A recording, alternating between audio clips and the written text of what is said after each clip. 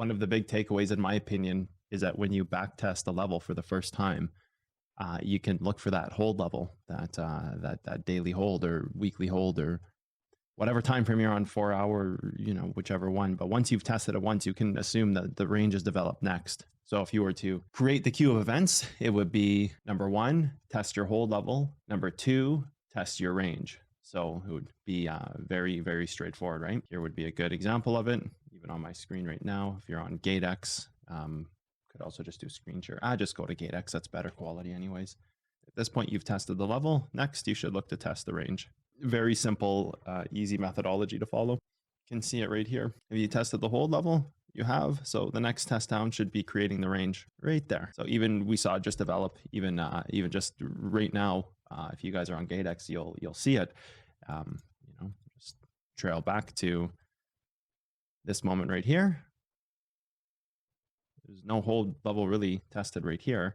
In the moment, there's this one here. I'm assuming this is a lower time frame. You can even maybe find this on the daily. Oh, okay, right there. Perfect.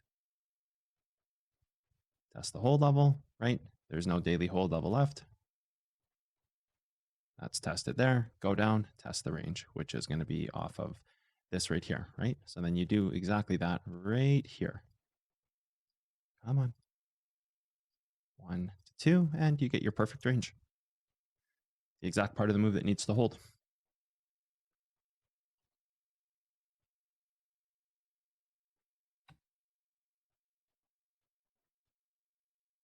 Used what you showed yesterday and got entry at 41,805.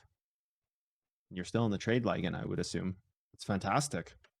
Yeah, these leak finding sessions really help pinpoint where people are struggling and allows us to open up and talk about something a little deeper. So it's really fantastic, these leak finding sessions. Get this one full screen for us. And okay, we can start. So we have, I think it was Joe and Dak are up today. I can't remember who went yesterday. Boy, my memory's shot. I went yesterday, so. I'm sorry, what was that? I went yesterday, so Joe can go today. Okay, it was you that went yesterday. I know one of you two went yesterday. Joe and Starlight today. Okay. Joe, are you ready? Yeah, because we did Coco in the morning, and there was quite a bit of time there that we used, which was good actually. It was really good because we talked about a lot of really important things. Yep. If you're ready, Joe, go ahead. Okay. Are you hearing me? Yes, sir.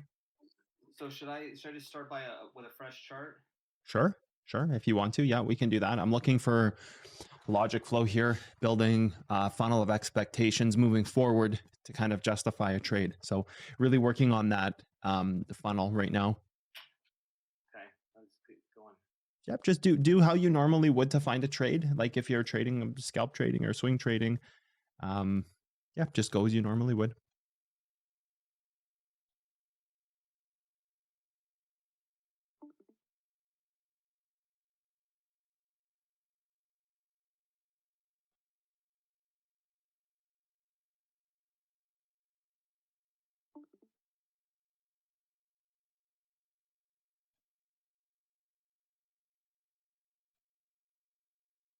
Yep, good.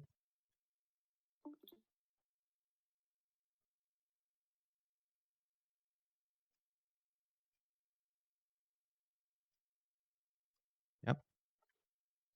Love to see it. Nice trend work. Okay, so what I do is I get my top trend, my bottom trend, and I can see right now that on the daily, I'm pushing over that trend. I don't have a hard close, and it's trying to hard close on a 4, and I've got 2 1-hour hard closes and still working on building out, looking for the 4 in the future. Yeah. So I'm gonna go back to the daily. What's that? I'm sorry. No, I just said yeah. I was just agreeing with you. Yep. Okay. So I'm gonna get on here. I'm gonna find what's relevant right now instead of putting everything on the chart. So I'm gonna put this this weekly backside on there. So what's your thought with that weekly backside? Talk to me about that. Like, what would you be looking for the most here? What I'm thinking is that's holding up the move at this point, and it could put on a lower time frame. It could possibly be an origin level. So why would it be holding up the move?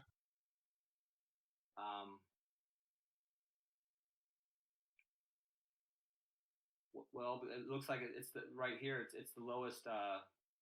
It tested it here. Doesn't want to go, then it deep dove it, and then came back up, and it hasn't hard closed above that trend, and it hasn't hard closed below it. I don't even have any sort of hard close underneath that. There's a daily, there's a 4 hour, nothing's hard closed beneath it. That's my mindset there. Okay, so there's something a little bit deeper here. What would happen if it started to hard close below it? Then what I would think, it would be breaking its range, and it's going to fall down into its previous range, and possibly go down to this area down here. So the kind of one of my thoughts here is that if you were to break this backside, it'll act as the perfect spot to bounce this trade. Like if you break below it and start hard closing it, you can expect a pretty major dump, because in the future that's going to be a backside bounce, right? So that's going to be, you know, critical support for this thing. Even if you look a little left on your chart, the same thing had kind of happened. Right there. Go to the top of the candle that your cursor is.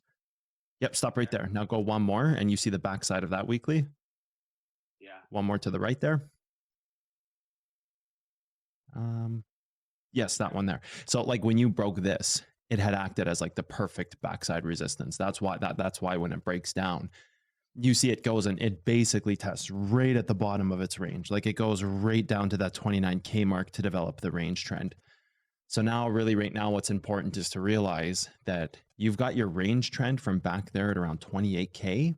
So you've got that trend, but you've also got a backside here on the weekly that you're trying to fall below. So if you fall below it, like you've got to assume that, like, because this is what's going to happen, right? You've got your backside, and if that backside breaks, you're going to have a huge move down, and it's either going to go after its appropriate range, which would be the next part of the move, possibly that 28 to 29K range, that long one that you have there.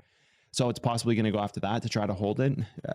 But yeah, really, once it breaks that level, it's like, okay, well, this is the perfect target for resistance. Like it's a backside level on the weekly. So that's really one of the critical things about this level that you've marked in the bottom of it. There is an origin there, and the origin will kind of show you in the moment what breaks the move. Like you'll have like whatever 4 hour origin and a trend there. And maybe finding that origin and pinpointing, you don't have to do this, but pinpointing that origin would give you the time frame that you need to break to see if it's going to move down. And then it also gives you the backside of the move to say, okay, well, this thing's going to have a major breakdown to the next piece of the move that's in play, because it's going to create the backside bounce for the future. So it's not going to be a little move down if it breaks out. Like it's going to be substantial. Possibly could be breaking down into that 20K range, which you're hovering over right now. Very possible that it could break down to that and create a new range off the bottom of that kind of stuff. Yeah, exactly. Very possible that it could break this and go and create some kind of range in and around there. Really, what's going to be the deciding factor is that trend that's from 28-ish to that blue candle. Like if you just quickly draw a trend on this time frame from 28K a little bit further back. So you're going to want to go forward a little bit. Yeah, in and around there. So you want to draw a trend 3 candles to the right of that. Yeah, that one there. Exactly. Just so we have something on our screen. Yeah, just from there, keep going out to the right. Keep going. Nope, keep going to the right. Keep going. Yep, right there. Yep. So really, like this backside is kind of deciding if it wants to see if that can break or not. So that's really kind of the key. And you can delete that backside at 44 now. It was just for illustration purposes. No, keep the trend. Delete that backside at 44. Yep.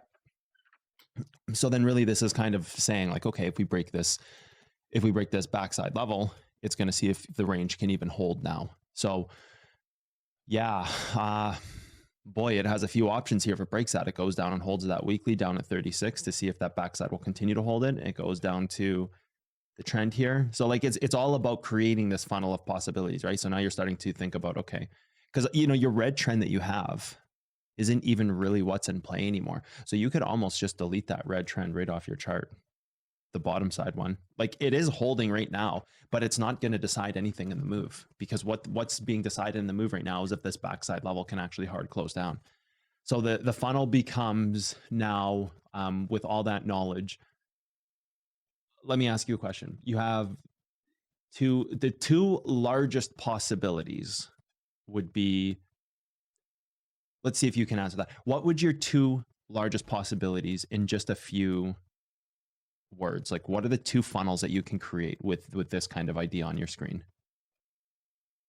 As far as, okay, first possibility would be that I would say So funnel number 1 is funnel number 1 is, say, this goes below here, hard closes beneath it, and goes and tests this trend. right. So the possibility number 1.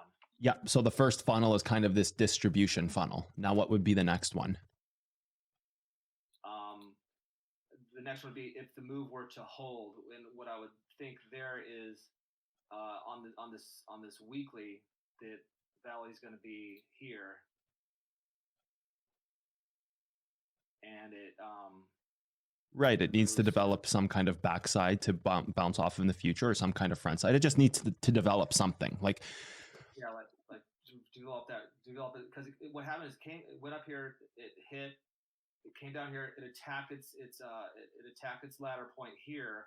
Now it hit a hold level. Now after hitting a hold level, now it needs to create a range to hopefully attack this and come back and try to break out of this. yeah. And then and move forward. That's what I would think would be scenario number 2.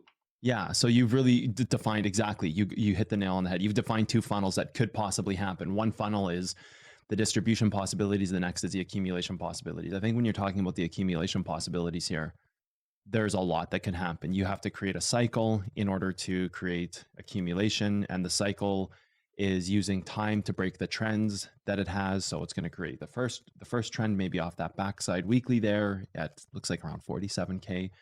The inverse hold level, I should say, sorry, it maybe it's going to create an inverse hold level around 47K. It's going to hit that. It's going to create a cycle.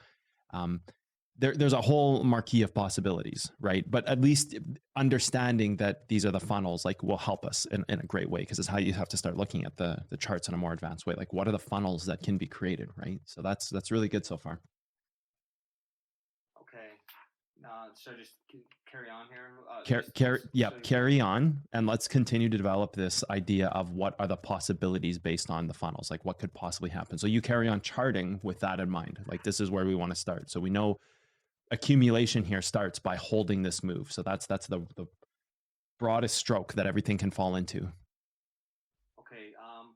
So with one of the funnels in mind, I think, like, putting this trend there, just we'll see it more if it wants to free roll up that trend at all on lower time frames, like for instance there. Yep. So it looks okay, like it possibly could. First step of accumulation would be for this to hard close above that on a higher time frame. Yep. Then the 1 hour, so the daily, we don't have the 4 hour. That's still working. We've established that. And now what I like to do this time is look at just what's happened as of yet. I could see more peaks and more valleys on the 4 hour. And what I would think is, so came up, tested. This is the bottom of my range here. Comes down here, breaks the move, gaps into the next range. This range comes along. Here's my bottom, and it breaks that range, but it holds it. So I'm gonna think there's an origin level right in here somewhere. Comes back up. This does not hit the valley. It goes up. This breaks the level here. So this ladder point being lower than this ladder point is telling me that it's going to go down. So the next thing that I would ask myself is, what would hold down this move? And I would think maybe something in this area, and I'd have just to dig deeper into this range to see if there's any greater levels. Does that sound right? Yeah, I think you're missing something though. So I think if you go back to that 4 hour time frame, I think you're missing. I think you're missing something here. I'm sorry. My mistake. Okay.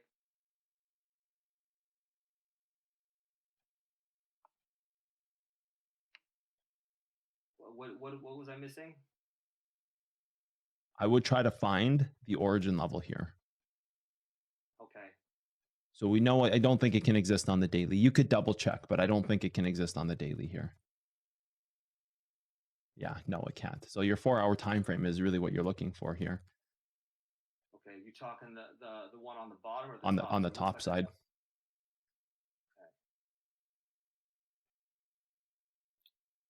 right there.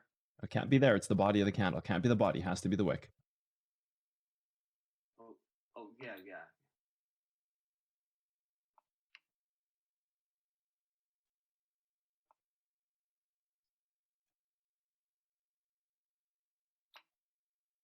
Right there. I think that would be close. If you zoom in and move one candle back, let's see what happens.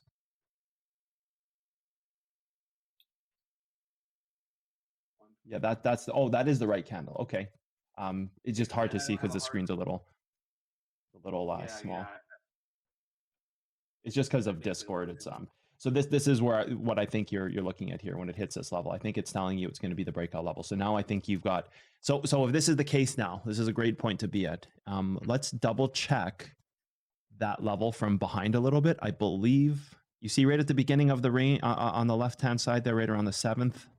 That looks like there's a 2 candle valley there. Let's just make sure that one's not an origin. Keep going back a little bit more. Yeah, that one right there. But I'm pretty sure that one's broken, right? It is broken. You're good. That one's not an origin. Just as kind of what I thought, because you do have a hard close over it and that fails. So with that in mind, now I think we have a very clear understanding of why this hold level, what would look to be a hold level that's hit over and over. So I think this is a really good point to be at right now and talk about for a minute.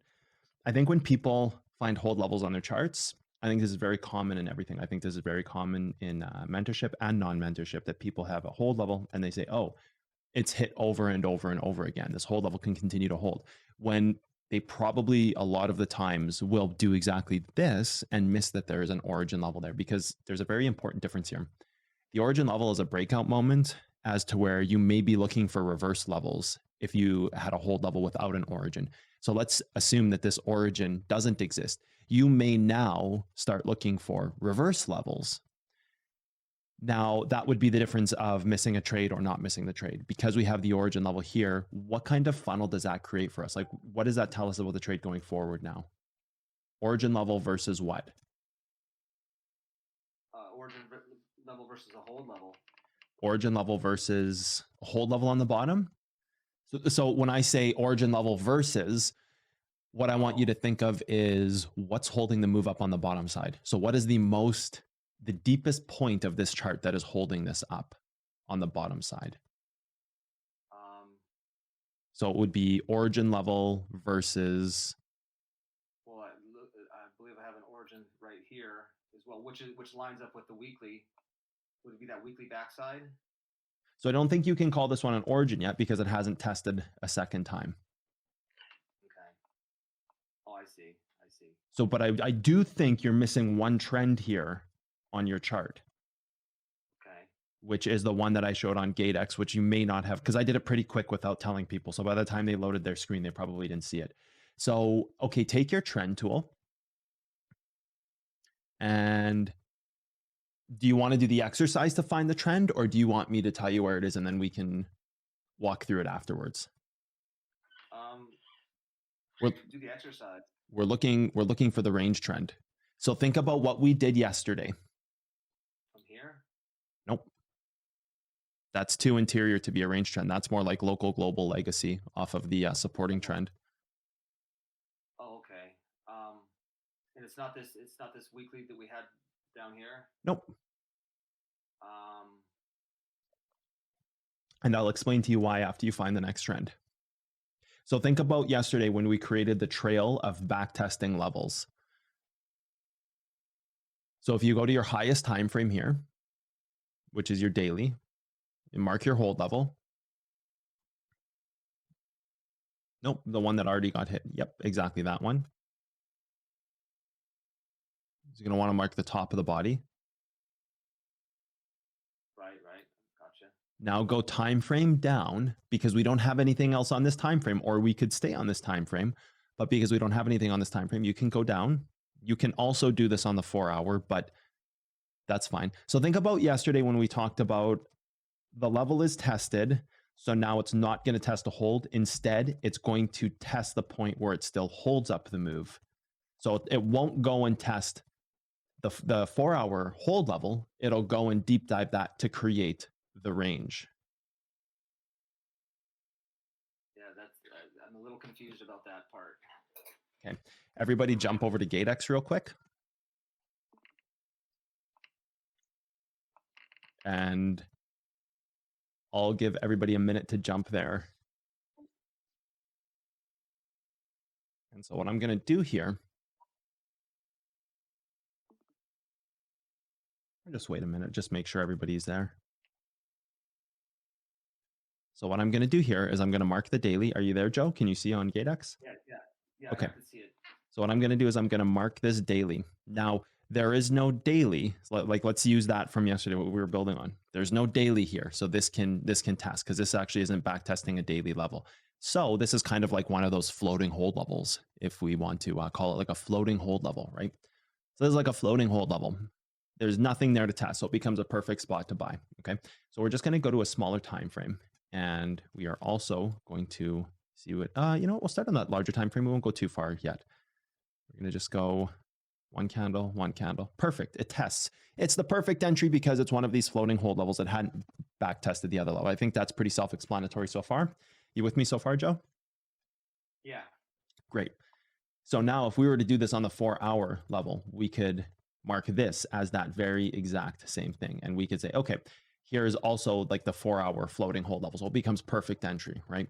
And it does. It becomes perfect entry for that before that daily is established, right? So if you take the replayer tool here and go like this, you can see that the daily wouldn't have been tested yet. So if you're following this kind of trail of using all things equal, like we talk about in the previous lessons, how you're using combination levels, like a 4-hour can test a 1-hour, can test a 15. Last month we were talking about this, and how you have this combination of tests where you're saying, okay, well, it can test the 4-hour and the 1-hour, and there's these kind of like active levels that we have, right? So this becomes the perfect 4-hour level here, right? Because it's a floating level. So it becomes a perfect entry. It tests it, it goes down. And then you also have the daily. So if you were to follow this, you now, come on, go forward a candle, test that daily, and it's perfect. Well, you indeed, in fact, can't continue to test these levels, right? Like you can't now take this hold level because it's already tested the hold level. So instead, what you'd be doing is you'd be looking to create the range from the bottom of this candle where that hold is to somewhere that could test that. So if we were looking for like the perfect trade here, maybe you could go to like a 15-minute hold level, see the deepest part of the candle that it could go to. And I'm not sure if this is going to be a 15. We can mark the 15. That looks like it would have been hit. Maybe there's something even deeper than the 15. Yeah, okay, maybe it's like a 5.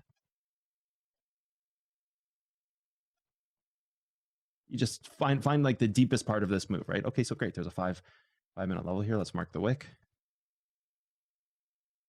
Ah, that's hit. Okay, you have to go deeper then. Here's what I'm looking for. Go to like the 3-minute. What about the 1-minute? This one's tested. 1 minute right here, also with a 3-minute. So this could be a spot where you would say, okay. This looks like it's reasonable. It's somewhat below the, and you can even go here. Maybe you just go to the body of the candle. We want to be really accurate. So like if I was actively taking this trade, I'd balance between the 1 and the 3 here. And I would say, okay, this one's tested. Yeah, I would like, if I mark this right here, the top of this, that's tested. So what about the 3? The 3, that also tests the 3. Okay. So then we have to go deeper in this move. So you've got the 1 is tested there. The reverse 1 is not tested. So the reverse one looks correct. That's kind of the level that you diminish down when you go back to this 4-hour and you say, oh, okay, well, this could actually create the range trend, right? Because you're now not looking to buy the hold level. Like that's exactly what we went over yesterday. It already tested its hold level. You're going to be on the daily here. You're not looking to buy the hold level. So you're kind of looking to come out somewhere like here and develop that range, right? So then you'd be left with something like this, something like that. Yeah, we can say on the 4-hour here. That's perfectly fine.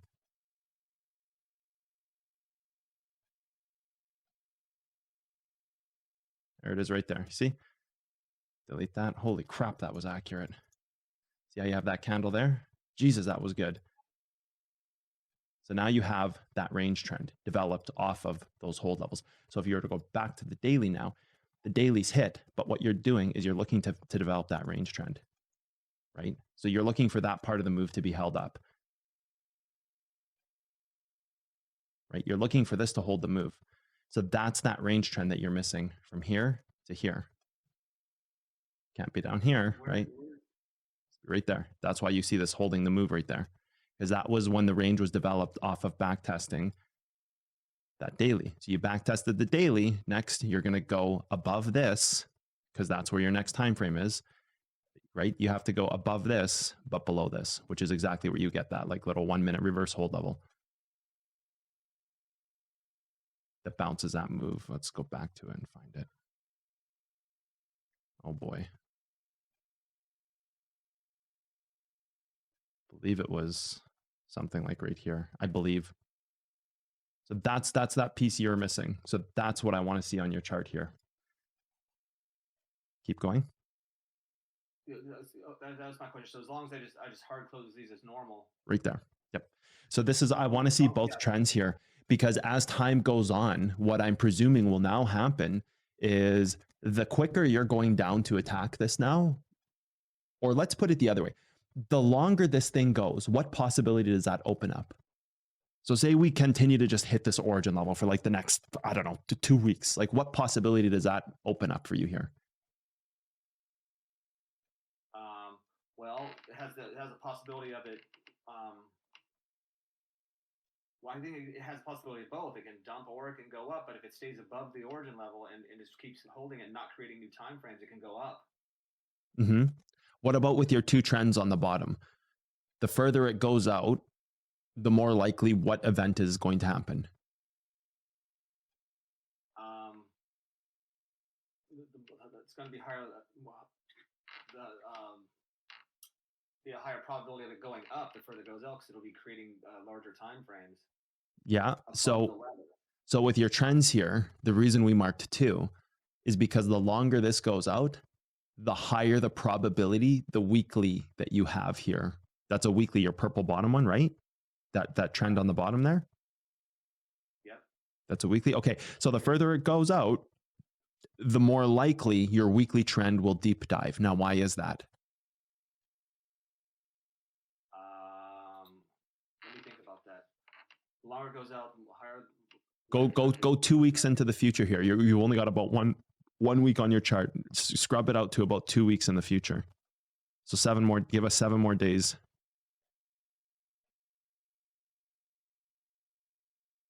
Yeah, that's about good.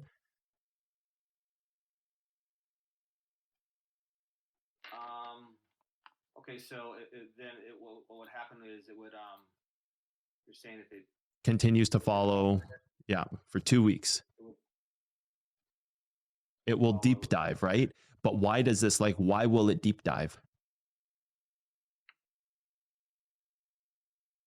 I don't have the answer for that. Because your range trend can hold it up. So this is where you're going to see where it may look like, oh, we're breaking a weekly, or oh, we're breaking a daily, or oh, whatever. But this can indeed go way down and deep dive, and you could be dumping like crazy, and you're under your trend, and it looks like it's hard closing, but your range trend is holding it up. So you've got to imagine that in order to hard close this weekly trend, you have to not only close your first candle under it. So draw this for me. Go with your pen tool and draw out into the future, like 2 weeks. Just bounce between, exactly how you did, bounce between that trend and that origin level for like 2 weeks. Good. Now it starts to break that weekly and kind of hovers down underneath that weekly trend. So now you have to not only close this, but another week out. So what may look like, oh, it's breaking the weekly trend. For the next 6 days, it could be under this weekly trend, and it may look like it's breaking, but it's still above the range trend. So this is where you get like trend work a lot of the time will sit there and it looks like it's breaking exactly just like that, because it didn't technically hard close it, because that range trend will support it up. Now, if that range trend wasn't there, then it's a different story. Something else may be holding it up, or it may just straight fall off a cliff. But this will indeed support the deep dive of this weekly trend, because it can hold the move, and you're going to need to break that range trend as well before that weekly breaks. And then you could also get into another scenario now. So this is where you have to understand where the funnel of possibilities exist. Depending on what day you're at, say you're on a Tuesday, you start closing out your weekly trend, and all of a sudden you're like, okay, range trend is holding us up. We go to Wednesday, range trend is still holding us up. Wednesday night comes, range trend is breaking, and it's starting to dump like crazy. Well, we're only on Wednesday. This thing can't hard close till Sunday. You've got 4 days. This thing could dump for 3 and then skyrocket up. It could dump for Thursday, Friday, and Saturday, and then Sunday recover right over top of the weekly trend. Alternatively, if you are talking about it's Friday evening, Saturday morning, and you're underneath the weekly trend, but you also start breaking that range trend on like a Saturday night or a Sunday morning, like you really don't have much time left. You see, so there's always that consideration of time with these trends, and it's important to see them because like time has to be a consideration. If you're saying we're developing a weekly level, you can't ignore what day of the week you're on when you're looking at some of these more advanced parts of the move, because in one scenario, you have to stabilize for 5 days. In another one, you could be less than 3 hours. So you cannot ignore that kind of idea that, okay, how long does it actually take to now create this candle? That's critical. Like it plays a direct impact role. But this range trend is also very important to the move because it can show you all these possibilities. So do you see what I mean about it's like origin level versus what? So now you have to say origin level versus trends, not just trend, but trends plural. So now you've got origin level versus trend. So now you really have kind of like a direct funnel of what could happen in this trade. You know where your breakout point is up top, and you know what's kind of holding the move on the bottom. Yeah, it's easy to think like, oh, well, what hold level is holding that up? And it didn't occur to me that it was that range trend. I wouldn't have. Yeah. That's a real eye opener because I wouldn't have known that. A lot of times it's easy to look at like range trends as like something like, something like that. It's where you're seeing the levels right on them. Yeah. And I didn't see that. Like I just didn't see that. That's very eye opening. And hopefully I can apply that in the very near future into my charts. Well, trends are very tricky because it kind of becomes this salad, this big Caesar salad of croutons and dressing. And it's like, well, which range trend is in play? There's like 100 croutons. There's all this different stuff going on, right? Like it's like which trend is in play? Because you could literally take any 2 candles and just start drawing range trends everywhere. And it's like, okay, well, which one actually matters here? Like you've got interior range trends, you've got exterior range trends. But really, when you start to understand where you develop that range trend, you've got a floating hold level that got hit. Now it can develop a range trend. And if you work from the highest time frame down, you'll see the most important range trend that's in the chart. So like in our example, we worked from the daily because there simply wouldn't be a weekly there. It's just too fresh. We worked from the daily. We saw that the floating hold level, which was that daily floating hold level, which is a term you guys should get comfortable with, is a floating level, right? Floating level is something I haven't talked about. This is a floating level. It has a floating daily level. And if you start just moving down the time frames, you can see where the 4-hour range trend can be developed. And now you have like the exact trend that's controlling that daily hold level, right? So now you have like a floating level worked with a range trend. So now you have the funnel has gotten very specified. Like your funnel of possibilities now becomes, okay, if we break over top of this origin level, what does it mean next? And that's a very specific funnel. And it's origin versus pluralized trends here. And that's the funnel on the bottom, right? So then you're just into a micro form of what we first looked at was just like, okay, let's create the funnel. But now let's create it for the smaller time frames, interior. This is like an interior funnel if you would have it, right? Like the interior funnel. And then what we did before with your weekly backside and just doing a very broad market overview, like a meta overview, that's your exterior funnel. So you've got interior funnels, exterior funnels, floating levels that create ranges. Yes, I know. Yeah, that's too much. That's new. That floating level. That's good. Yeah, everybody's like, oh, okay. Yeah, you said it was really obvious and it's really clear to see, and I was like, well, not for me. So yeah, but I think it makes sense, right? Like when you have like a floating hold level that hasn't back targeted a level, that becomes the perfect hold level to buy because it can then thereafter create the range trend. So it's like super support. If you want to think of like a floating level, it's like super support or like extra strengthened support or whatever. Like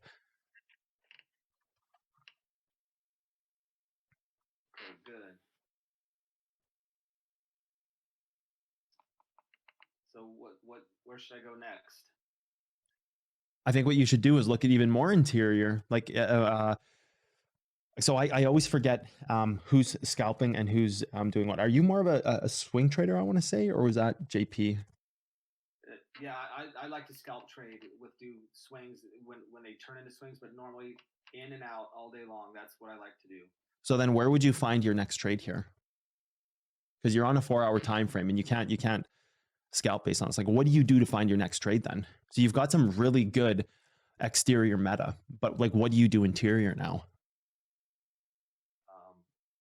First off, now the question: would it be wise to keep? Normally, I would look at my larger time frame holds, like the daily and the 4-hour, to see right where I'm at, and then go more interior. Do I need to mark out the 4-hour and the 1 hour to start scalping, or is starting at the 15 okay? So I think right here, the benefit of doing what we just did is it kind of gives you a directed path of what you can expect. So like, okay, origin level was just hit. We're expecting it to go down now, bounce off trend, go back up to origin level, try to break over it, have a false breakdown, blah, blah, blah. Like, I think with this origin level now being respected, I think it gives you a very direct path that you're just going to be bouncing between trend and origin level now. So like, that's really the benefit. You can kind of just like, I don't think you would mark any level above this origin, because you know it's breakout to the next range up at like 46.5 or whatever that is up there. Like, you know it's going to break out up to there if it breaks this origin. So like, it gives you a very specific, don't take longs unless it's breaking above this, or don't take longs unless you're right at the bottom of these trends again, right? So like, you don't need to mark out anything at like the 44 kim. The only thing you could mark out here would be exactly kind of where you are. If you were to say, okay, this origin level is going to get respected off of some hold level that's up here. So maybe there's like a 15-minute hold level at 43,968, for example. Like, maybe you could find a hold level, but it would have to be with the understanding, and this now goes into your trade management, that let's pretend that there was one level at 43,968. It hits that. It has to break below this origin level for you to continue to stay in the trade.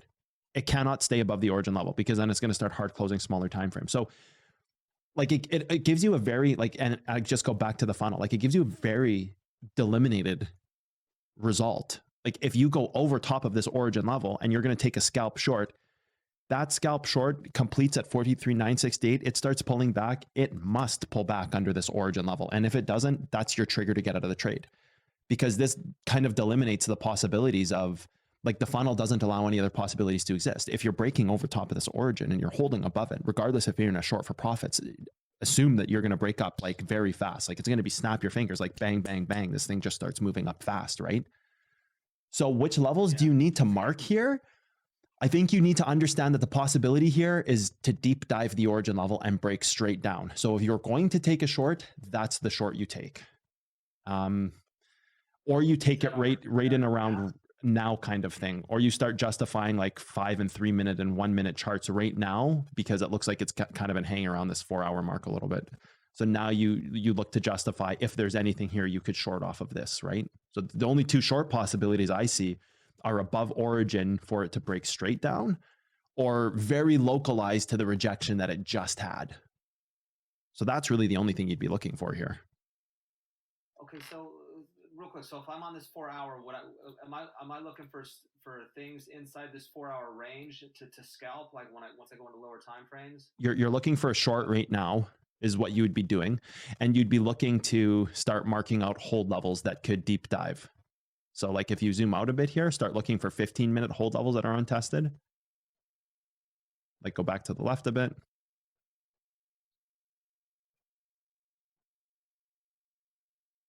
Keep going, keep going. You're looking for a short target, right? So there's a 15-minute hold level right there, right at the very left of your screen.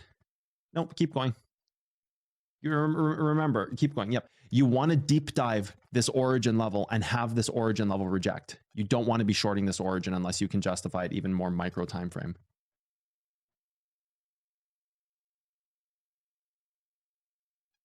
Yes, exactly. So this could be like a good short target, but you have to realize that the funnel of possibilities has now altered based on our 4-hour level, because you realize that this 4-hour level is now an origin. It has to hit this level. and pull right down. So the next thing I would do here is I would now mark in the current spectrum what the inverse level could be. So I would mark the bottom side of the current candle.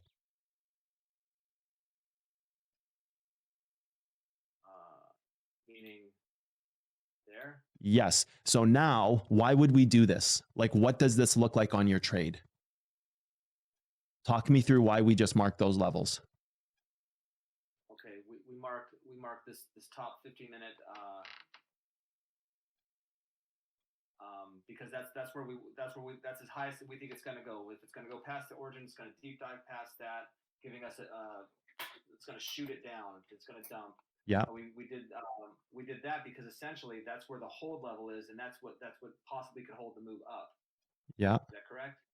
Yep. So where would your triggers on this now be? If you enter short at 43,651, where would your triggers be?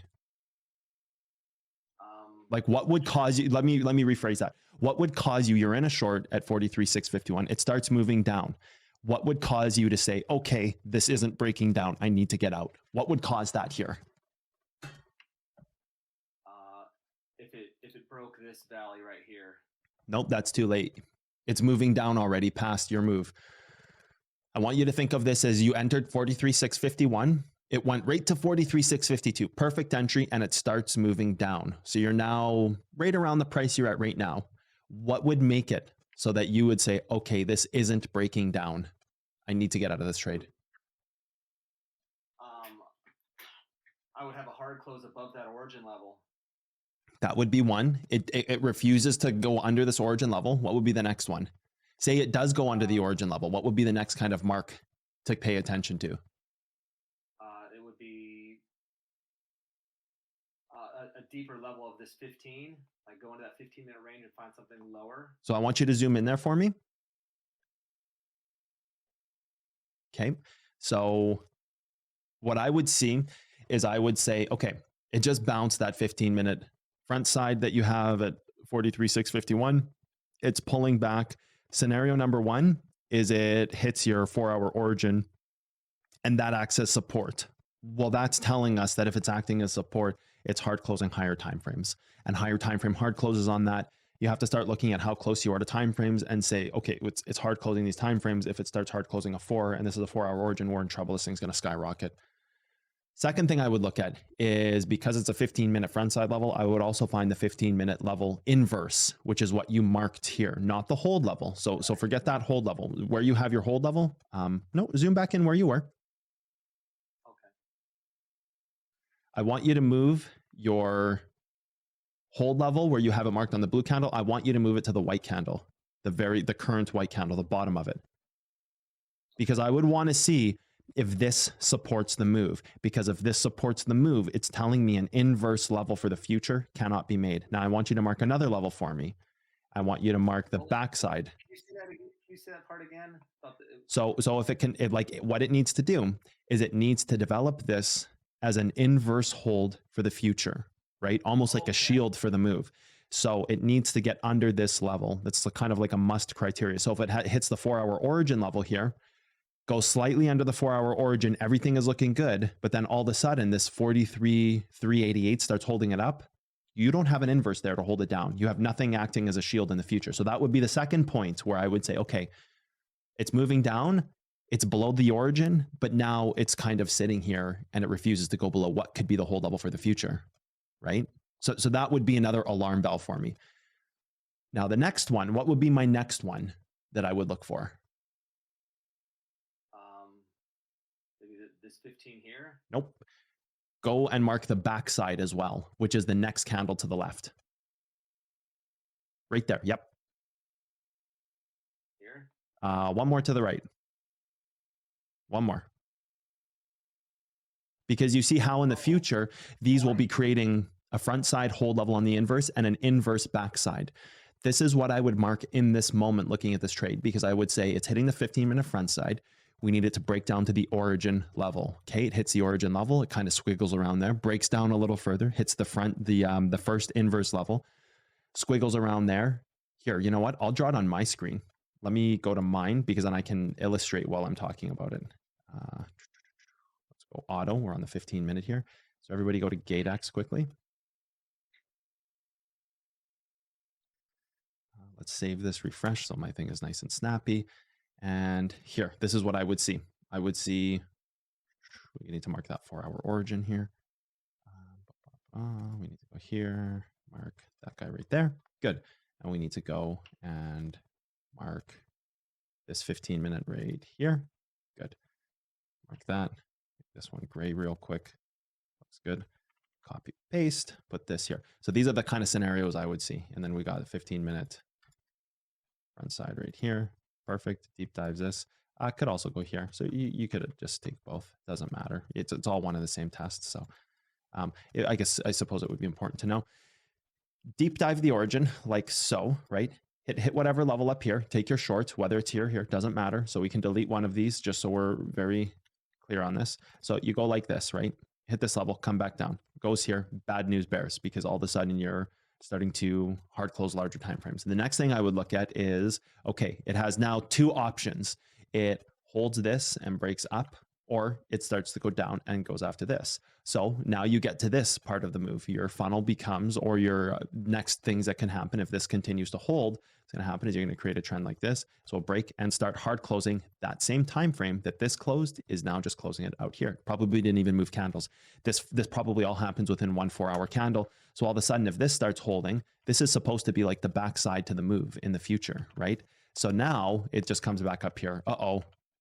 Bad news bears once again. Okay, go back down to here, goes back down, hits the backside, right? Like this, continues to hold, does that exact same thing. Still closing the 4-hour up here. So all it ends up doing is now creating like this little, where's my tools here? This little range trend, like from this to here kind of thing. Now you have a range trend supporting the move, right? So this is how I would look at the scalp. This is how I would analyze the scalp and say, okay, what do I need to break down? So if I was scalping this trade, this is how I would do it. I would enter this trade understanding what this level represents, what this represents, and what this represents, right? Now, it obviously hits something else in the move, so we have completely just kind of, have to change our expectations here. Doesn't mean it can't go back up and hit this in the future. Doesn't even mean that this is done moving up. It might move up again and then come back down and do these possibilities. But that's how I would look at it, because I would look at, okay, I'm in a scalp right here. What are the things that I need to be aware of that are going to shoot this thing the other way? So if I'm in a scalp here and I'm at 60% profits, I need to be able to lock up some kind of profits here. So when it starts holding this move, I need to be able to get out of this thing at like 50% profits before it goes the other way and hits my stop and I'm just out, because that would be incorrect. It would be incorrect to enter a trade and then just forget analytics and just be like, okay, enter the trade. It looks like a good entry. Hopefully this goes in my direction because I have target X down here, which is how most people would do it. Instead, you need to understand that this is one possibility to invalidate your scalp. So think of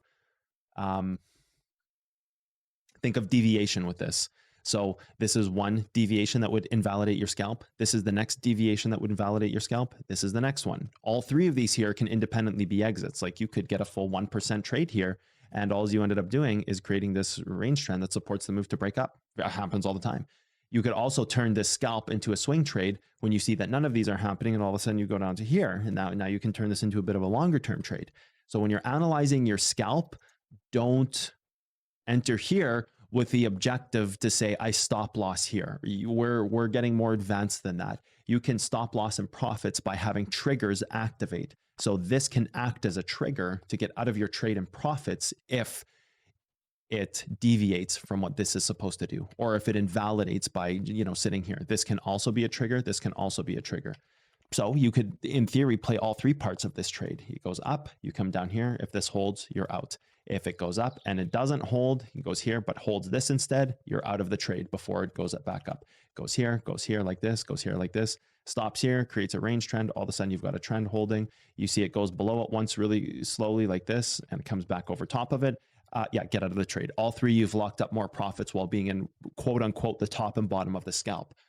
And then the fourth is like this. You go here, it comes down, whatever, develops that little range trend, goes above it, breaks below it. Now you're in a swing trade. So this is the moment that you can say, okay, this is now a swing trade. So scalp turning into a swing trade. Instead of entering here, right, and just saying, oh, I stop loss out there, why not trigger out in profits as well? So instead of always thinking of things like, okay, I'm stop lossing in profits, start creating triggers that will deviate from what the scalp is trying to do.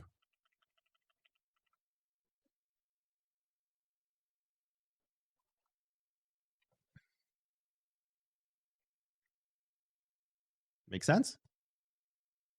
Yes, it's a lot, but there will be replay for this, correct? Absolutely, yeah. I recorded yesterday and today's for sure because I knew these were going to be important ones because we're going over like a lot of new things, a lot of new theories, a lot of things we've never discussed. So, yep, absolutely replays.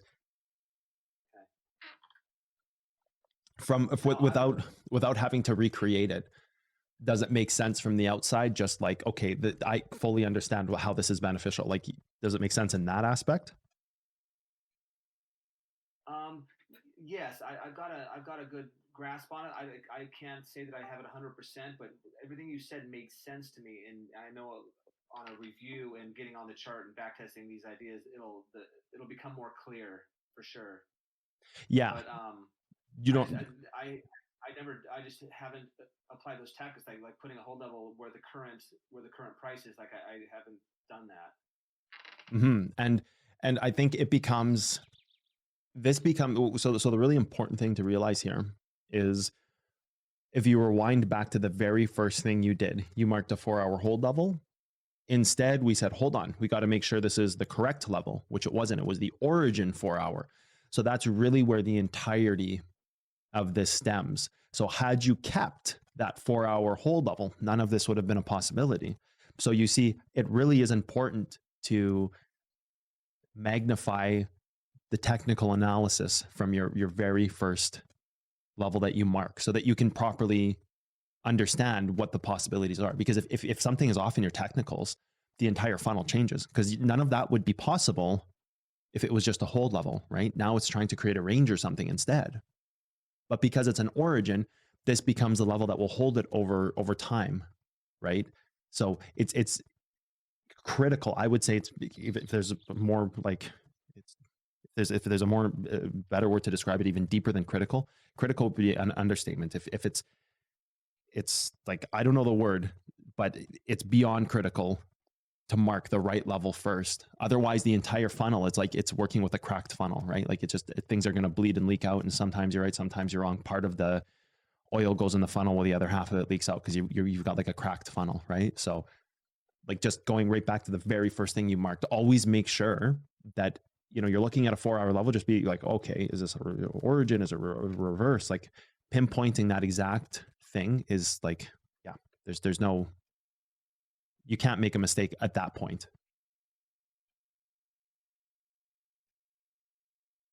Okay, good. I think I've got a pretty good grasp on that. I'd like to ask one quick question. I know you mentioned, sure. Like, I'll put my marking certain levels. Like I put 15-minute front side, 15-minute back side. I think you said in the last lesson, like you never do that. Should I not be doing that? Does it matter? I'm sorry, I was coughing a bit there. Can you repeat that? I missed the first part of that. Sorry about that, Joe. This 15-minute level mark, I have 15-minute front side, then I have 15-minute back side with different, a dotted line, etc. To let me know. Yep. Is that important? You had mentioned you don't do that. I had mentioned I don't do that. Like you said something like you'll never see you chart putting front side, back side combination, etc. on your levels. Is that correct? I mean, should I be doing that, or does it matter? Did I say that today? No, not today. It was another lesson. I'm trying to remember the context of what I said it. So I said never to. You said, like, for instance, that you wouldn't put like 15-minute front side. You wouldn't chart writing a 15-minute front side. You would just put 15-minute. Oh, like without writing. Oh, yeah. That's just because like I don't need the labels on them. Like they're still all the same. Like front side, back side level. A hold level is going to be a hold level, and it's going to represent the range. I just wouldn't put so much emphasis on the front or back side because really it could be either that hold the move down. I think the more important thing is that like the back side here could hold the level up and create a range or a trend all the same that the front side could. So I don't think it's necessarily going to like split any difference between the relevance of the front side or the back side. I think like you're going to test one or both. Like there's no splitting of difference there where it, it hit the front side. So this means X and the back side means X in a different part of the move. Yes, but not right now. Okay. So like if you're charting on spot like that, I would Because like on my charts, like I just have lines. Like if you look at my GateX screen right now, like I don't mark anything. Like I think that's like a really good tool for I think if you mark them like FSBS and stuff like that, that's a really good tool to help learn. And yeah, okay, it can communicate relevance, but if you don't need that to be communicated to you, like you just wouldn't use it. Like I don't mark my levels with text because I kind of understand what they mean, if that makes sense. Of course it does. It's like I'm more in the training wheels department. Yeah, like you need that the wheels on still to see like, okay, because now even a few minutes later, we realize there's no front side here at all. So you would just delete that level and now the front side would completely, actually you would delete the back side and you'd move the front side, right? Because technically the front side would now be, you know, the bottom of that white candle. Nope, the bottom of that white candle here. Because we're just talking about if you're in a scalp, but you want to break under this and start hard closing this so that in the future, it can be the level that holds it down continuously, right? Like it acts as a shield. Okay, I see. One more question on the same note. What I would do sometimes, like for instance, on this top the top level that we up here, it was an inverse. So like sometimes I would do this. I would put like an eye just to see how it reacts. Just to be like, okay, there's a difference between an inverse and let's say I did the top of a blue candle going up that's holding the move up versus an inverse which would hold the move down. Is there any educational relevance to doing that? Just because I'm basically, like I say, doing it to see how it reacts and if it's different than. No, I don't think there's a different, like the only levels on your chart that should be above the price are the ones that are in play. And that can be communicated by color. That's why you see I always color my candles, but I don't need to, like by putting that eye on there, it will make no difference because if it's on your chart, it means it's in the way. Otherwise, it shouldn't be there because if it would just be like if it didn't have the eye, then it would communicate to you that it's the front side level that broke down from the past. So like maybe a 12-hour front side that you're underneath right now. It won't act as resistance. So it would just be like a level that you forgot to delete off your chart. If that's what you were, using that eye to delimitate the difference between inverse and non-inverse, the only levels that are interacting with your chart should be the ones that are in play. You see what I mean? So like having that eye there would make no difference because whether it's labeled eye or not, you would know that it's an inverse level regardless because it's in the way. Oh, okay, I understand. And one more question, if you don't mind, is Sure. as far as like leaving some of these levels on. I've noticed like I'll finish trading in the afternoon one day and come back in the morning and see the levels that I had hit, being respected still. At what point do you start taking levels off when they're just no longer? I just figured when I'm out of that range, just take them off as soon as you're like hard closed over them. Yeah, I think a lot of times what happens is there's an interaction there where you like say your front side level here, your 15-minute front side inverse, you hit that level, it resists the moment. What's going to happen here? Let's go to my screen and I'll illustrate this with a pen. So I'll give everybody a minute to go back to my GateX screen here.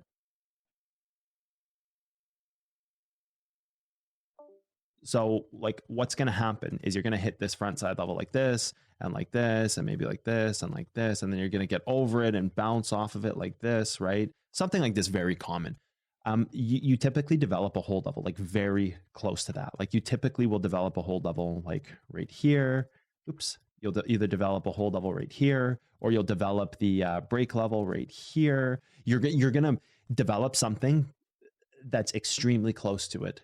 But there's a difference between knowing it, like it's important to know if this is a break level or if this is a hold level, because depending on which one is hit, it's going to create a different possibility going forward, right? If it's like a floating hold level, if it's going to change what that structure is telling you in the future. The fact that this one is still here from back here, it's just showing you like the struggle that it had. But like whenever you're at a level like that and it takes a little bit to break it and you kind of ride a level and then you break over top of it, come back down to test it. It's not that this level is still in play, it's that it's developed something else here. So it's important to keep your charts up to date, I suppose, keeping up with the Joneses, as they say. Like if you were to leave this one, what it would be communicating to you, like this is, you would be saying that it's not hard closing because you're deep diving and coming, oops, you're deep diving and coming back down. That's what you're saying here. If you leave this, as opposed to saying that if you were to leave this level and create a hold level here and it comes back down like this, hits this level and then goes back and this ladder's above the break level, and coincidentally that's there. I think you see this a lot. I think you see this a lot of the time because it takes time to break these levels sometimes. So when you're lingering around here, you know, it might be creating break levels on a 15-minute. It might create a 3-candle sequence on an hourly that creates a break level like right here. And it's very misleading. No longer is this in play because this tells you, like, it's more about understanding what the data point is communicating to you. And this data point is communicating that this is a deep dive if it's still on your chart, as to where this might look like almost the exact same price, but this is communicating that it's a break level, therefore breaking that move right there, attacking the lower range if you never were to have this level on the chart. So the level that's on your chart communicates the data. So that's so critical in understanding that when you have that kind of overlapping, it's a misidentification of what the data is telling you. Does that make sense? Yeah, it actually does, because sometimes I would come in the next day and I would see this, like, well, that's still holding, and then I would say, well, no, what's happened between the time I walked away into right now, looking for new hold levels. But it was like some would just seem mere coincidence, or Yep. just new levels being held that resemble the old levels. And I think you may have missed some of the stuff on data points in the mentorship sessions.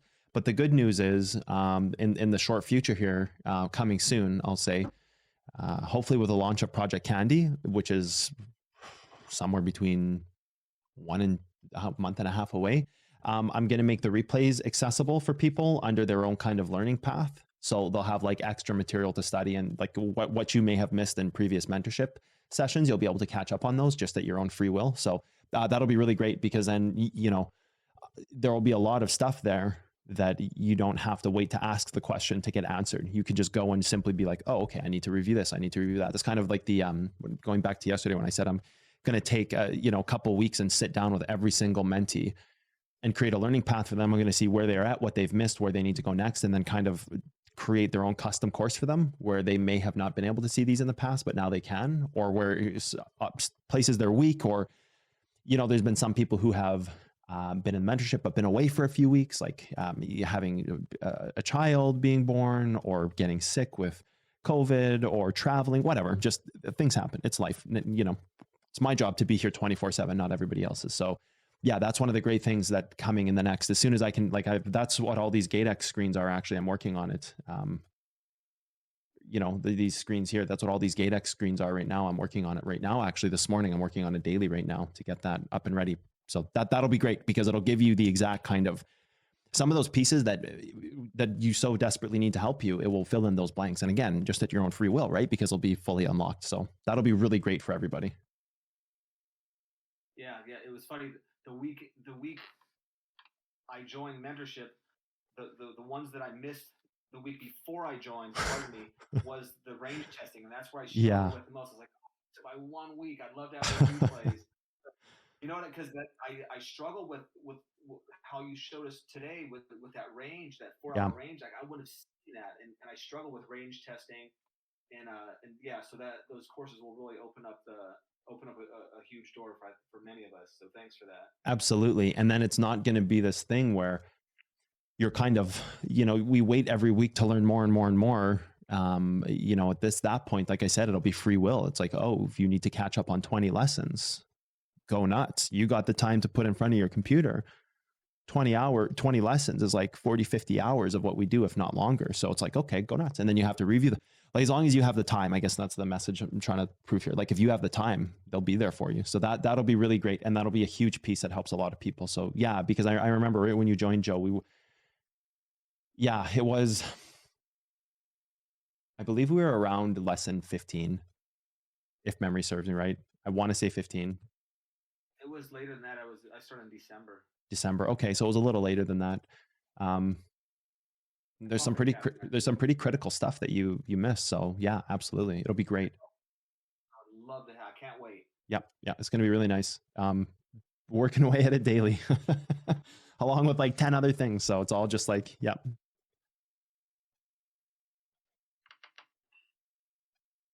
So something new that we've been talking about today, just to put this out there for everybody, Starlight's going to be the last person who goes today, but something new that we're doing, and so I'm going to start doing these. I think for next month we're going to up these leak finding sessions to possibly twice a month instead of once a month. Like we're doing 2 days, so technically it's twice, but what I mean is 2 separate blocks, so 2 days and 2 days. Maybe every 2 weeks we'll get into this, because I think people are getting a lot out of that, and then combining that with actually having people on their own custom path and custom courses and the ability to just free will study. I think that would be like a really, really accelerated, smart use of our time. So that's going to be really good. So next month, hopefully we're going to be able to do double sessions. I really have to base this on my schedule right now. I'm chewing off a lot, but I work hard so I can probably manage it. But something we talked about today that was like pretty critical is like a floating level, a term that I've never used with people before. So a floating level is something I want people to be thinking about. We're going to take a break here for a few minutes, but if there's any questions about floating levels, anything people want to ask about them, a floating level is a completely new term for us. So keep your mind sharp with that to realize that a floating level gives you like a perfect entry. And that's like one of the best takeaways, is that if you're going to buy hold levels, a floating level is like the holy grail of levels, like especially when you go up in time frames, like a floating daily hold level, floating 4-hour level. Get used to this idea of floating levels, because if it's not a floating level, that's the other side of it. Think about the more advanced part. If it's not a floating level, it means a range will try to be developed. So it means that hold level can't actually be a good entry. It has to go deeper. So that will also be the balance between when should I deep dive versus when should I buy a hold level. So now you'll really have a tool to say, okay, here's a hold level. When do I buy it? And when do I deep dive it? And if I deep dive it, how deep can it go? Right? So that really fills in so much right there. That simple, quick 2-minute speech fills in like a massive block of buying hold levels to perfection. Lagendak. In this case, how are you determining which time frame the inverse holds that you are trying to create need to be to hold the move down? Is it based off the strength of the hold you're entering? So Lagan, you're talking about when I'm marking these candles here, right? On my GateX screen right now, you're Yeah. I'm talking about. because there is a 15-minute level here holding it.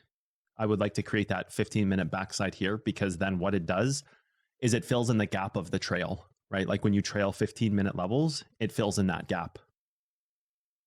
Oh, that makes total sense. Yeah, it's pretty cool too. Like I love it because it gives you it kind of builds this interesting bridge where if there's a 15-minute level and it can go under the 15-minute level, you can presume no matter what reverse levels or anything are there, that would be like kind of close to the final level unless you've missed something. So yeah, it creates that like perfect trail through. Thank you. Yeah, no worries.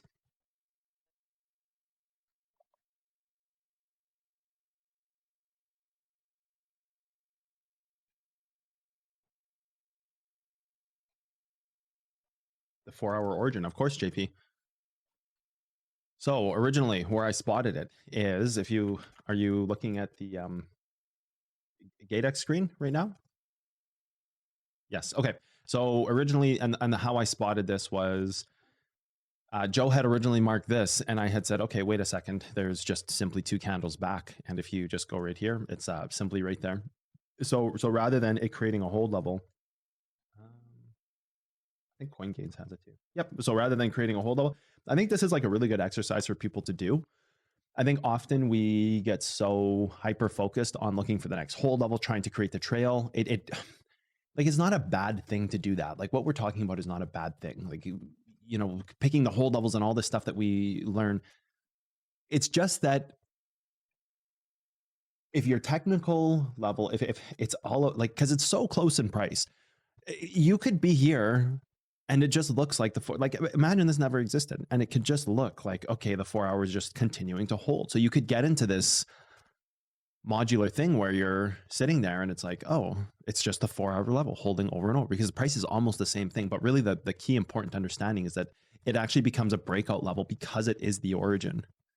So that's really important. And it's just kind of like I won't want to say like often forgotten or often just surpassed because things can line up so perfectly sometimes. Like you can mark an hourly hold level, and let's go do that. Just mark an hourly hold level here, and you can get into this thing where like, oh, of course it's the hourly. Must be, right? But then is it actually the hourly? Because yeah, it's really critical to just kind of do your work, I guess is the most important thing here to say, because things can line up so perfectly sometimes and you miss something so damning, and it just really gives you the perfect picture, right? Between a breakout level versus something that could hold and ladder. Like it's just really important. When things line up, we develop this habit of just, oh, looks so perfect. Of course that's right. I know exactly what I'm doing. Well, you might know exactly what you're doing, but you might have just mismarked the level, right? And then when we're trying to develop like an exact science and, you know, the way things work and ranges and how they work and like floating levels and these new things we're now talking about, and, you know, it's just really important to have that impeccable accuracy.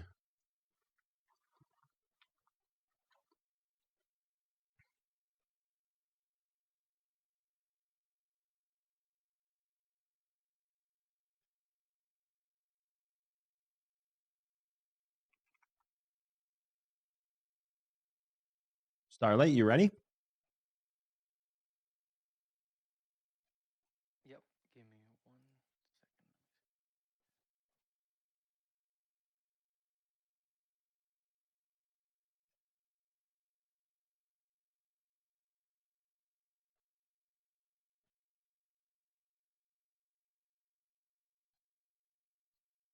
Okay, we got Starlight's screen. All right. So to start with, basically that same thing that we were just talking about in the about that origin. So I had the reverse. So I had classified it as a reverse, but knowing now that it's an origin, that basically clarifies my criteria, because instead of classifying it as a reverse, it's an origin. Yep. Knowing that, I now know that it's going to be future breakup. Yep.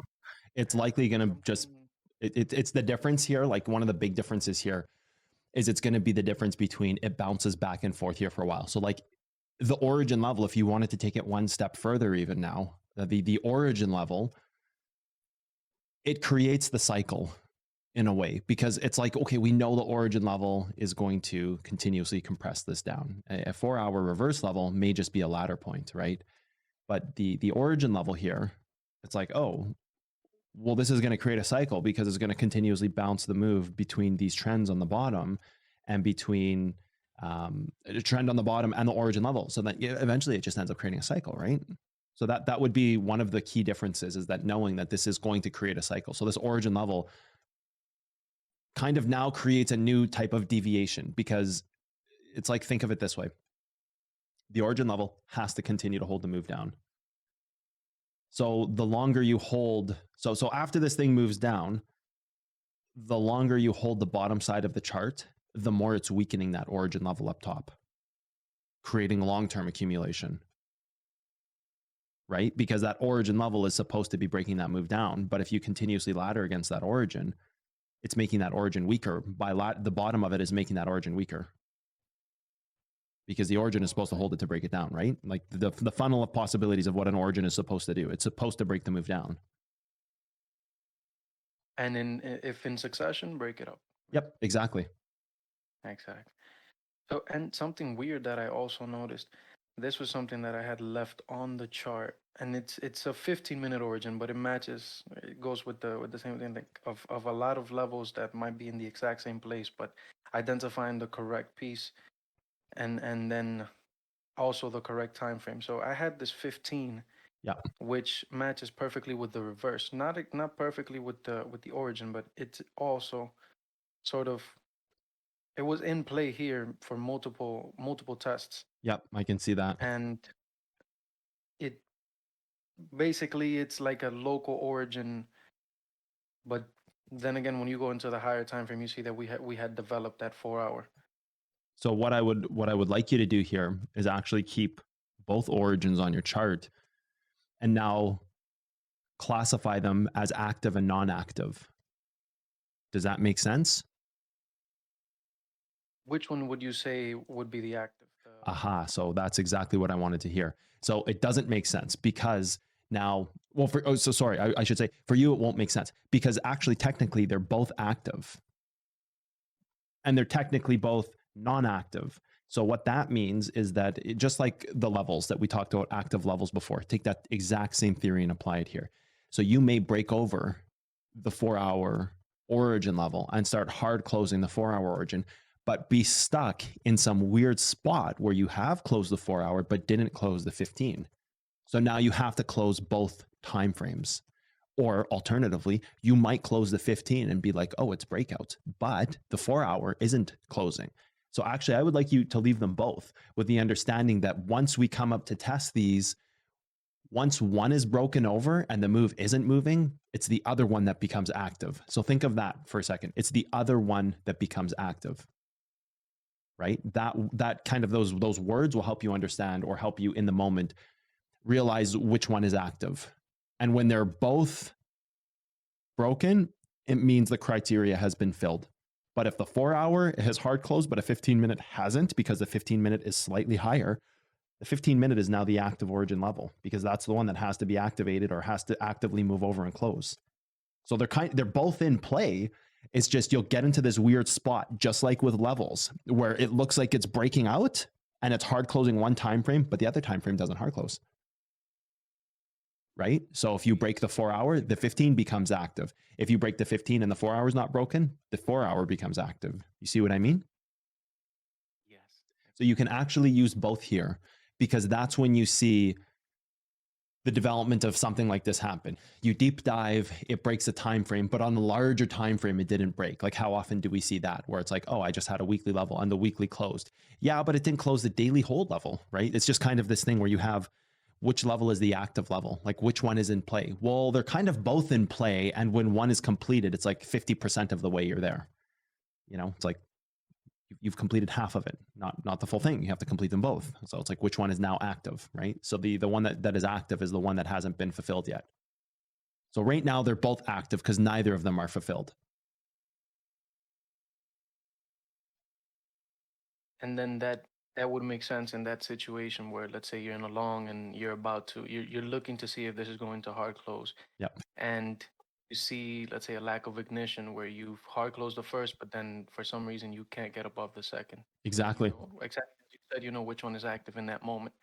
But up until that moment, you still, you know, you can use that as a basically the funnel. That would be the funnel beforehand.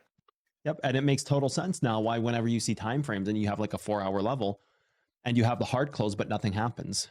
It's like that idea of deviation. It deviates away from what it's supposed to do. Well, deviation is a great pathway to understanding it, and deviation does have its place, but you can't use deviation to describe everything. You can't just say like, oh, it deviated, right? Like that would kind of almost be like using an indicator because you're just using one generalized term to just kind of sum everything up into this perfect little box that doesn't help you because if it deviated, you were never in the trade anyways. While deviation plays a massive part in it, deviation is a theory as to where active levels are something that's actually on the chart, but deviation is a theory, just like the effect of time. We can see it on the charts, but it's not something we actively mark, right? So that's exactly why you see something like, oh, this 4-hour hold level's there and it hard closed, but it bounced up. And then we go and we try to justify like, oh, there's a trend that it never closed. Just like we worked with Joe's 2 trends earlier, his range trend and his weekly trend. It's like, well, they're both active.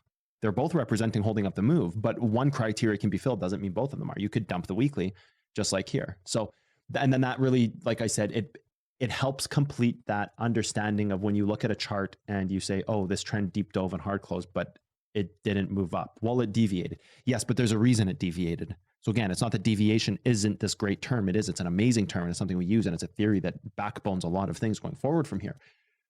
But then you can find not only the deviation, but the actual reason as well. Right?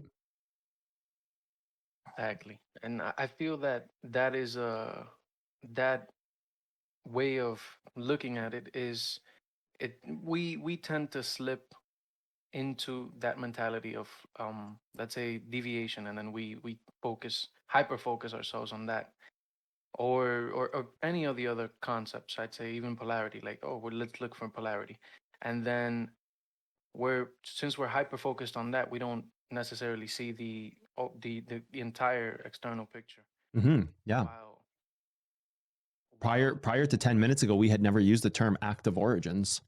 Prior to last week, we had never used the term active levels. Prior to today, we never thought about trends as active trends, right? But thinking of these things in terms of active and non-active, and how that the active state, everything is active, right? Until it's fulfilled, then it's not active anymore. It's kind of like it's stagnant. It's, you know, turned gray in a way, like it's just kind of faded away, but there's still something there that can hold it down. And if it holds it down, that, you know, 4-hour origin or whatever, where it just turned gray a moment ago because it's no longer active because we broke over it, 15-minute holds it down, it goes back down. It now turns back to bright yellow. It now comes back alive, right?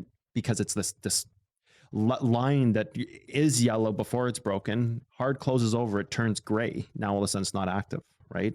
But then breaks back down and it turns right back up to bright shining yellow because it's still active now.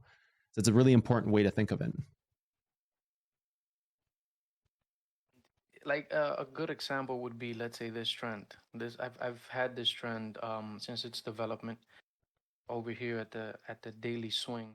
Yep. And at this moment, I would say that the trend could potentially still be active. It would because be. we haven't It would yet- be 100% because it's not hard closed, right? So absolutely would be. So anybody looking at this would say, "Oh, we've broken trend," and you would presume that it's no longer active. So you would basically delete it. But you go into the lower time frame. Of course, we've closed the 4, but this 4 still has 3 hours to go. We can definitely fail the hard close and then react. Well, that would definitely basically justify that this was still active. Yeah. Mix, but then again, you would look more internally to see if this is seeing the move develop prior, instead of just waiting for this thing to waiting for us to come all the way down here to then say that this was what was holding it down. Yep. I like to think of the term deviation almost like a brain activator. Like when something is deviating away from what it's supposed to do, it almost signals your brain to say like, oh, deviation. It's like this brain activator, right? Like if something's deviating away, you've typically missed something or there's an active or inactive level. So I like to think of deviation almost as like a flare going off. It's like help, right? It's like this, oh, it's deviating. Oh, quickly get on the charts and see what you missed. Like it's almost like this brain activator, right? Like that's what I love about deviation, because it's like, oh, something's deviating. What did I miss? It's like this opportunity to fix something. That's so true. Yes, and that happens almost every single time you see a move going up or down. It's like, Yep. What is causing this? And especially, let's say, if you're in a long and things start going sideways, you want to find that point of what's deviating this from continuing in that same route. Yep. Absolutely. And sometimes it's external time frames, Yep. but most you see the development of it in the internal. Yep. I'd say but it is kind of it becomes difficult at times to be able to ascertain which pieces of the architecture are still active. And in this case, this is a beautiful example because we're above this, Yep. but you can still classify this as active Until it hard closes. And just because it hard closes doesn't mean the move is broken. Here, I'm gonna do something on my screen here. Let's do an example like this. Okay. I've got if everybody's on GateX, I've got like a 4-hour range trend here, kind of just representing the move. I'm going to also add this daily that you guys have. I just haven't been working with that, but that's fine. We need to keep that one. We need to keep this one. So let's just go here.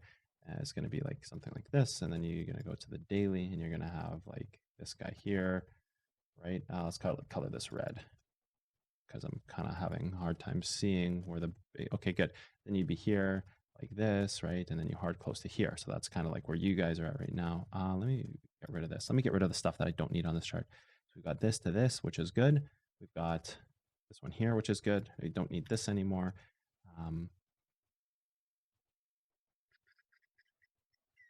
This one here, we do need that one. Okay, so this is like the way I like to think about it, okay? Let's get rid of all of these levels as well so we can just kind of clean this up. This is the way I like to think about it. You don't have any daily closes yet. So this one is still red, right? Go down to the 4 hour. You now have a 4 hour hard close. I would turn this gray and almost like it's deactive, right? But the red is still in play. So it has to complete both in order. That doesn't mean this is completely gone, right? It's hard closed. It'll now adapt, but it doesn't mean it's gone because you know what? This can completely pull back, right? You can completely pull back. Or like in your case here, Starlight, you could, be adapting this to the 4 hour at this point. Like so, let's just make sure it attaches to the right candle here. And this would now be considered back to bright yellow. So what you might want to do is go like this. Oh, the daily is broken. We can assume that it's not pulling back that much. Turn it to gray, right? And then what's going to happen is right now it's gray because it's not active, but it's still there on our charts because the 4 hour may be now holding it. And this can go like this. And the moment it gets here, the trend never changed. It's just that right now it's not the active trend in play because it's not what's important, right? It's not important in this moment. So this turns back to red. So almost think of this as like if it goes past it, it turns gray and deactivates it. And when all the doors are deactivated, you're free to go through the lab, right? You deactivate all the doors and you can walk through all the key locked by swipe card doors that are there, right? So like, and then it's the same thing with this 4 hour level and the 15-minute level. Let's mark those. Let's go here, 4 hour origin. And then you had your 15 that you found. So right now this would be yellow because we're not over top of it. So it's actually just still yellow. But what about this 15? You found that 15. I believe it was right here. No, it was right here. Oh, it's like really close, right? Does that look right? Right there? Yeah. Looks to be. I think it might be a. Is that your origin right there? 43,359. 43,367. 43,367. Okay, what am I missing? Because this would be an origin right here. 367. I'm at the 359. You're using BTC USDT perp? Yep. What the hell am I missing?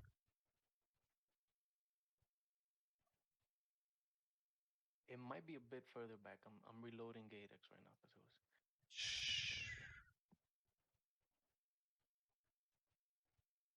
I have this. Am I on the wrong time frame? It was a 15-minute, right?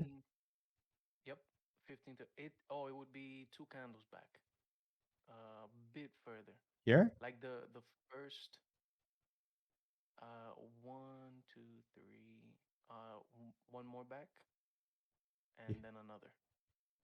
Here? It would be the distribution candle prior.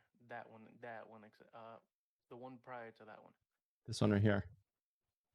So this wouldn't be a 15-minute. Then it would be something else, like a 5 or something, I'm assuming? I haven't seen if it's a 5, but I do. Would you? Oh, because you say marked a that- single candle. So this has to be like a 5 or something. So it's not the 5. Alright. Is it the 3? So then it's the 3 right here. So if we go back to the 15, the 3, this is probably hard close. So probably would be the one that I had. Let's see.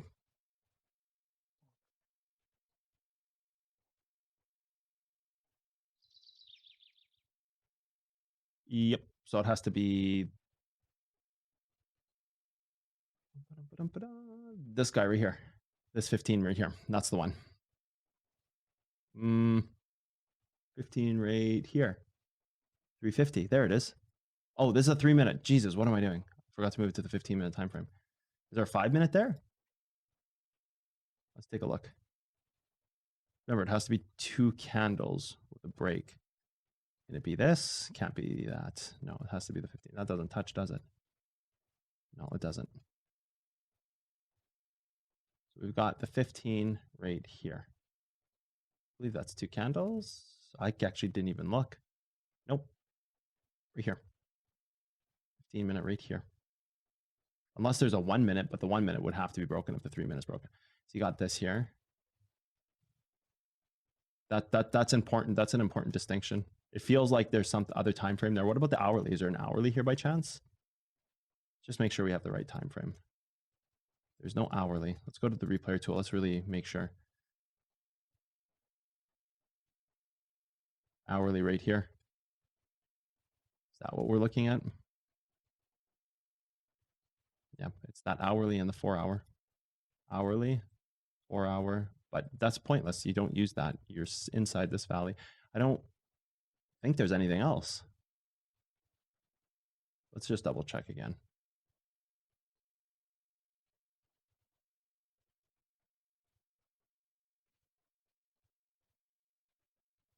That's really close. I don't think you can call it that though.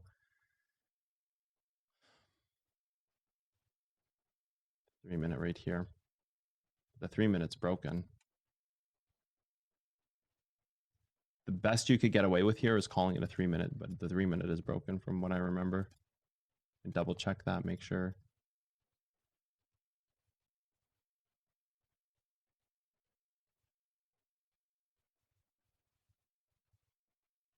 Yep, it's broken.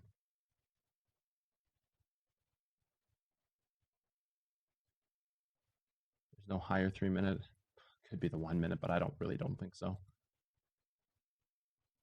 So you would say that the 15 is no longer This 1 minute right there. that's its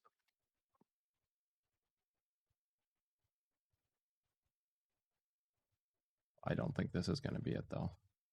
Yeah, it's broken anyways. Well, you know what the thing is that instead of looking at the current part of the move, you know what you can actually do is you can do this. This is actually a perfect example.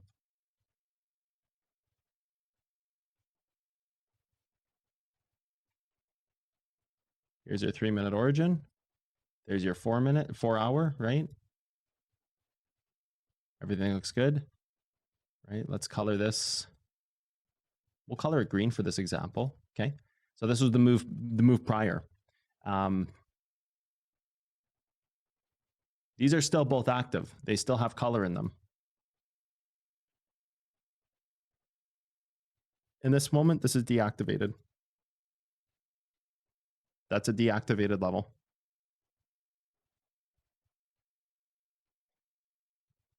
all right. So This is now back to green. Now it's back activated again. so although we did hard close an accumulation candle, once we've slipped under it, it becomes active. So that's how you have to think about it. Like, yeah, when you slip back under it, it becomes deactivated because in this case right here, where you have this 4 hour level, this never got deactivated. Like I said, think of these as like lab doors with key cards. Deactivate the first lab door, trying to get away. I don't know, maybe like Resident Evil the movie or something, or you have to like run away from monsters, 2 doors in your way. This one's deactivated. You still have 1 more door to get through, right? But when you go back underneath it, oops, that has to be green. It's still active because then you can get into a scenario where this would be a pretty wild scenario, but you could get into this where you go straight up in 1 minute. The timestamp is 9:59. You hard close up here in that stupid little 1 minute candle because you had a distribution candle like this that had the body right here, right? Like this on the 4 hour time frame at 9:59. This closes like this. So technically this would have actually closed a 4 hour candle, but this 3 minute isn't closed yet. That would be a very extreme example because you're talking about 3 minute level versus a 4 hour level. So there's only like a few times in the day that can happen. Like there's only 6 4 hour candles in a day. So there's 6 times a day that can happen. And I think some of the hours would fall on the 3. Actually, they would all fall on the 3. So maybe the 3 wouldn't be a good example, but that's okay. We can just keep this idea because it still proves the same point. At that point, it would look like this, where your higher levels deactivated, this is not, right? So you might get into a scenario like that. Point, we could still distribute. Where you can still fall straight down. Exactly. Where you could still fall straight down because you still need to close for 2 minutes. And this is part of one of the reasons why we don't use a 12-hour candle. Another thing I never talked about, which we won't get too far into today, and this is more of like a very deep dive on time frames, but then like a 3 minute candle has the option to close at the 6-minute mark and the 9-minute mark and the 12-minute mark, which would fall in between some of your odd and even denominations, like a 5-minute candle and the 10-minute denomination have an interaction with the 15-minute candles to the 1-minute candle to the hourly candle, because a 15-minute candle will always close at the same time as a 5-minute candle. That's not always true for every single time frame. So there's another discussion to have there about time frames, but this is kind of probably makes people think about that, right? Where you have to have all time frames close. And again, this is a very extreme example because you're looking at a 3-minute candle versus a 1 hour. Oh, sorry, a 4 hour. But maybe this would be more relevant if this was like your 1 hour candle right here, right? And this was, say, like a 4 hour candle, where you could be breaking above the hourly, but this, like, you could turn the top level gray, right? This could be deactivated, but the 4 hour is still in play, or vice versa, where it's just the complete opposite, where it's like this, and you have breaking over this and your hourly has closed, but your 4 hour hasn't. So then just alternatively, this gets deactivated, right? So that's how you think. I'll have to think about levels, trends. Just think of them as like dimming, their color just dims away because they're just all of a sudden deactivated, but there's still active levels in play. So when we went through that lesson, I guess it was last week or the week before, about active levels and which one is in play, that's like a good visual way to think about it. And same with origins and trends.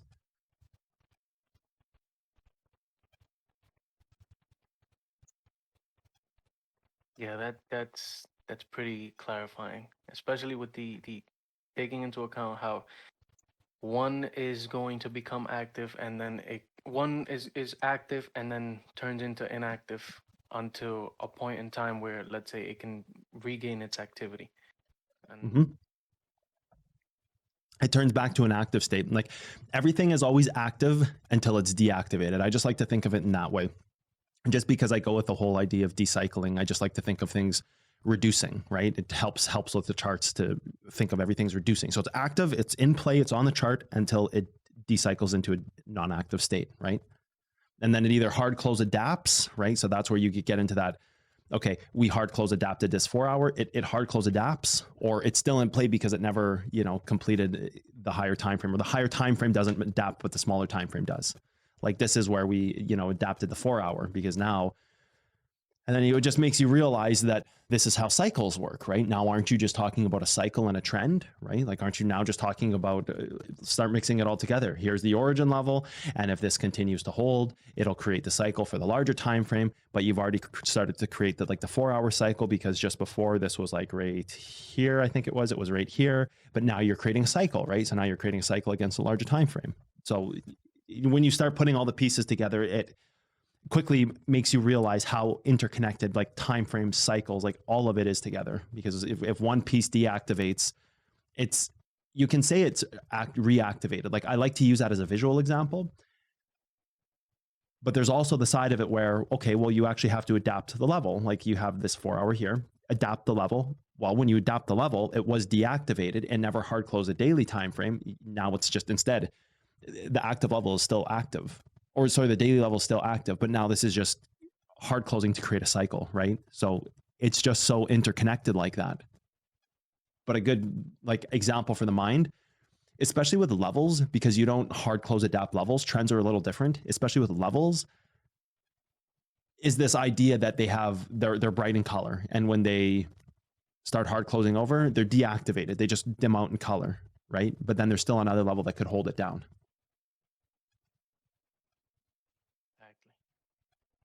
Yeah, that's pretty clarifying. A lot of new stuff we've covered this past 2 weeks. Like, holy Hannah. Most of this stuff is like straight out of Butterfly Effect too. So yeah, a lot of really crazy stuff we've been covering. Quick question about this this reverse back here that seemed to have been active prior to us closing under it.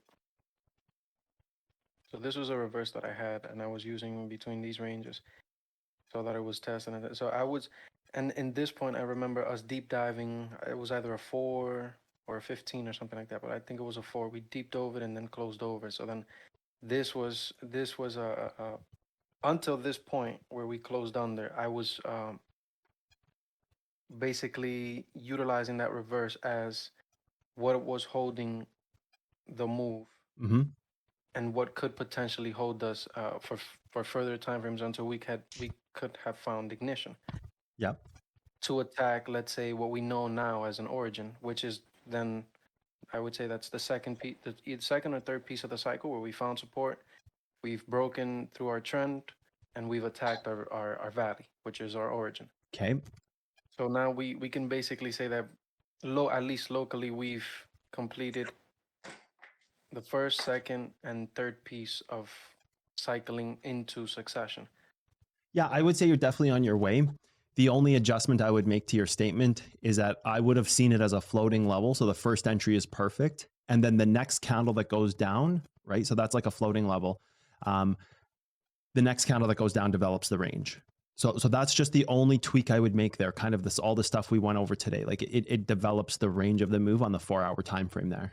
So now you have like a range trend. So that would have been important to understand. Like if this thing was to continue to cycle, that has to create that. So draw that range trend for me here. Is it this one, the one that broke down with Joe? Yep, exactly. Yep. So this is the only piece I would add in there, because this is important for it to create the cycle. Like if you want to talk about creating cycles, you have to hit the level, right? Like if you go back to like just very basic future of trading stuff, a cycle is a 1, 2, 3, 4, 5. You hit a level, number 1, you support the move, you break through trend. Number 2, you hold the move. Number 3, you break through the trend. 4, and so forth and so forth. It has to create some type of accumulation on the bottom. And after you hit a floating level, it's going to be this kind of range trend that it creates. So like if you were to take like a future of trading, create step 2 before step 2 happens, like step 1 would have been the very bottom of the move down there. Even before that, like step 1 would have been the very bottom of the move, the very bottom wick at the left of your screen. Yeah, that would have been 1. Like it finds support. Number 2, it goes and creates a hold level, which it did in that interim wick, the medium one there, the right in the middle of your screen. That's number 2. Right here, exactly. That's number 2 because it hit the daily hold level. Now number 3 is it has to break through the trend, right? So you could say like number 2.5 is now creating the range, and the range is what can attack that trend. So what you did is you created number 2.5 in the cycle there by creating that range trend, because now it hit its hold level and it has to, like we say in future of trading, it has to continue to hold this level and break through trend. So just imagine it hits the daily hold level and just holds that daily hold level, right? Well, part of holding that daily hold level, which it did, in fact, like you said, you're right, it's like a reverse level. The step 2.5, like if you were to add another step in there, would be create the range trend, which is going below the hold itself, but above the floating level test, which is the range trend, which if the range trend can develop, then you can break through your number 3. So now you've created like number 2.5. You see what I mean? Yeah, so the range trend basically serves as support. And then that's support to then break through our trend, find ignition to then go for number 3, which is the test of our valley. Mm-hmm. So you just basically introduced 2.5 into your cycle. Like you've increased your accuracy by saying, okay, range trend is what needs to, because if that range trend can't hold, neither can the hold level. So now instead of just saying, oh, it has to hit the hold level and hold. Well, true, but it's going to create a smaller time frame range trend. And it's the range trend that needs to hold, because if the range trend can't hold, it collapses the actual hold level itself. And would you say that so we would classify this daily reverse as now it's still active or inactive? Yeah, I would say it's still active. I would say the trends are more what's holding it up here, but it's still active because it's never hard closed underneath, right? Like it never hard closes the bottom side of a candle. True. Like that blue candle, it would have to be the top side of the body on that blue candle, because the top side of the body would be the bottom side of that candle. All right. That's just an important thing for everybody to know, even though it's, we're way past hard closes, but just always remember the bottom side of the candle on a distribution candle is the top of the body, because that's the bottom of its price, which is the top of its price, but it's moving down in direction. So the bottom of it would be the very top of the body. And then vice versa on the other way. The accumulation ones are easy to see because the bottom of the price is literally the bottom of the price. Like the bottom of the body is the bottom of the body. But the bottom on a distribution candle is actually the top because it's moving down. And if it's moving down, that means it's the bottom is the top side. So just in case anybody doesn't understand that in the chat, that's the bottom side is always the top of a distribution candle, bottom of an accumulation candle. That's the bottom side. That's your hard close. Same with trends and levels. Exactly. So whenever we hard close, usually if we're hard closing upwards, we close the bottom side of an accumulation candle. Yep. And then we're closing under, we close the top side of which is then the bottom of the distribution Yep. candle. Okay, everybody. Great lesson today.